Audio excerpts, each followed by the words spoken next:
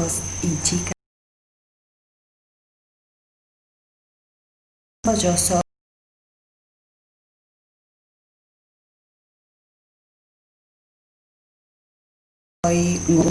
estar haciendo mis prácticas con todos ustedes. También me va a estar acompañando su profesora Daniela Virili. Ella va a ser mi guía y la persona que me va a evaluar también, al igual que ustedes. Bueno, espero poder trabajar de la mejor manera. Saben que pueden preguntarme, pueden preguntar o consultar las dudas que tengan sobre alguna actividad que se vaya a dar o que se dio, sobre algún tema en particular. Mi número de teléfono está en el grupo de WhatsApp de quinto año. Bueno, la profesora Daniela Virili me estuvo comentando que ustedes estuvieron trabajando lo que es movimiento literario, la literatura barroca del siglo XVII. Entonces yo hice un par de presentaciones para hacer un repaso general con características generales de este movimiento. Vamos a hablar de todo lo que surge en Europa y también lo que es Hispanoamérica. Vamos entonces, características generales. Para ponerlo en un contexto histórico, el barroco estuvo en el periodo desde finales del siglo XVI y todo el siglo XVII. Este periodo se caracterizó generalmente por las guerras que se produjeron en Europa, la decadencia, grandes crisis económicas que trajeron hambre, peste y una concepción de las personas, una idea del mundo un poco pesimista. Digamos, el barroco tiene que ver también con todo lo que es lo artístico, digamos, el arte. El movimiento no solo estaba en la literatura, sino que también en el arte, la pintura, la arquitectura, hubo grandes cambios. En la literatura particularmente se caracterizó por el interés en el detalle, en los efectos y en la exuberancia de los escritos. Hubo muchas figuras literarias, el uso excesivo de figuras literarias tales como la adjetivación, la elipsis, la metáfora, el hiperbatón, la antítesis y la perífrasis.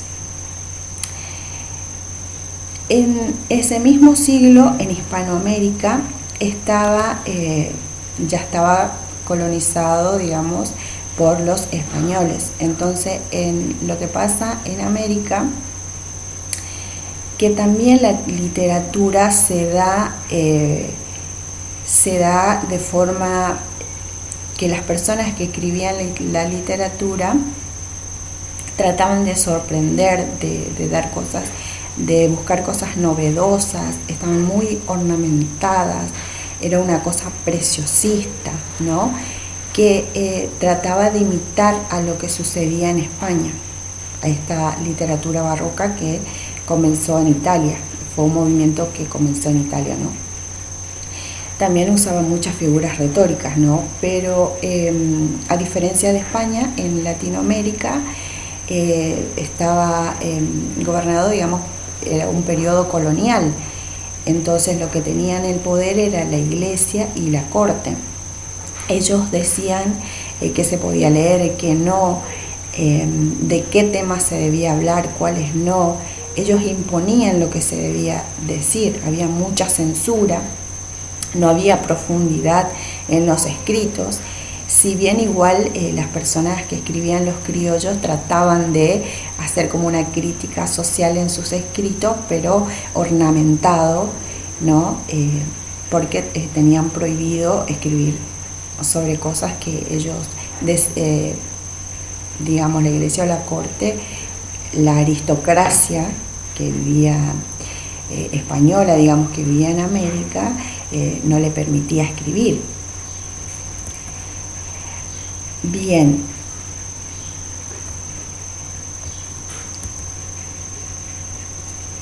Los géneros literarios más sobresalientes de esta época fueron la crónica, la poesía, la lírica, la sátira, el ensayo, el teatro. En este aparecía mucho lo que es el personaje del pícaro.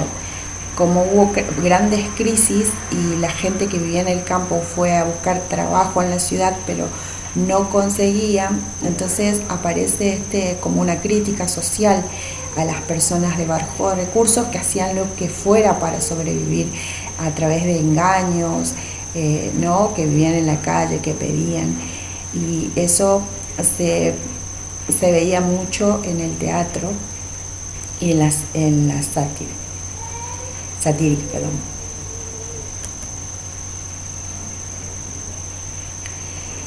Bueno, en España el barroco acogió una gran pluralidad de corrientes literarias, pero en el caso particular de la literatura española, dos fueron las corrientes más importantes: el culteranismo y el conceptismo.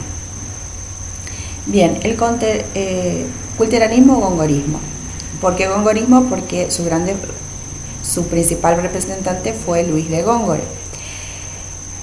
Lo que valora el culteranismo es la forma sobre el contenido, o sea, valora cómo está escrito, la estructura, las palabras, valora sobre el contenido, sobre lo que se pueda decir, sobre el significado. Una persona que no haya leído, que no se haya cultivado con libros, le era muy difícil entender lo que escribía Luis de Góngora.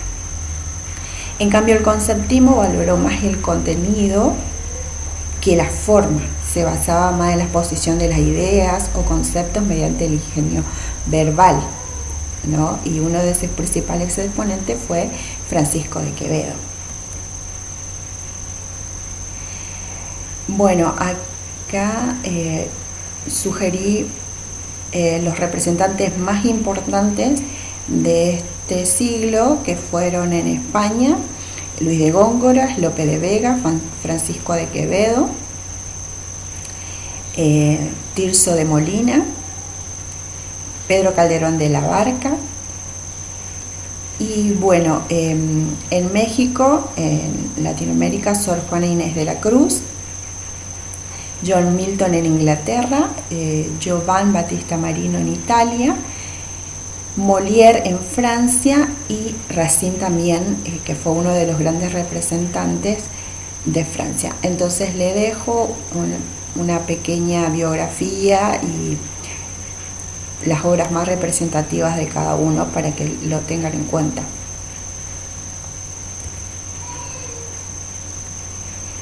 Como decía anteriormente, Juana Inés de la Cruz fue una de las religiosas y destacada escritora, poeta y pensadora novohispana, reconocida como una de las figuras literarias femeninas más importantes del siglo XVII.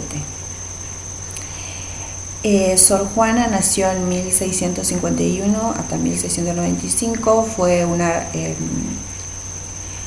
una niña prodigio. A los 3 años ella sabía leer y escribir, se cultivó, le gustaba mucho leer, pero en esa época las mujeres no tenían el poder o no podían escribir, solo eran vistas como personas que eran educadas para casarse y atender al marido, a los niños. Ella, como decidió no casarse y seguir cultivándose, decidió ser religiosa, ¿no? Y en sus escritos hablaba de esto, de la religiosidad,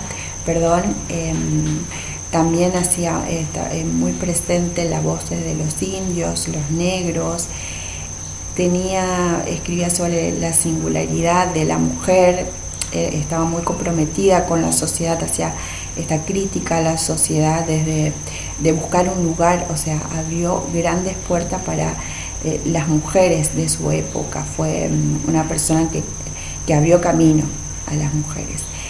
Ella pertenecía al clero, pero como la mujer no podía escribir ni leer en esa época, se la trataba con inferioridad, digamos. Primero estaba el hombre y después la mujer. Bueno, sus obras estuvieron compuestas por poemas, villancicos y prosas, comedias teatrales y además obras religiosas, como decía anteriormente.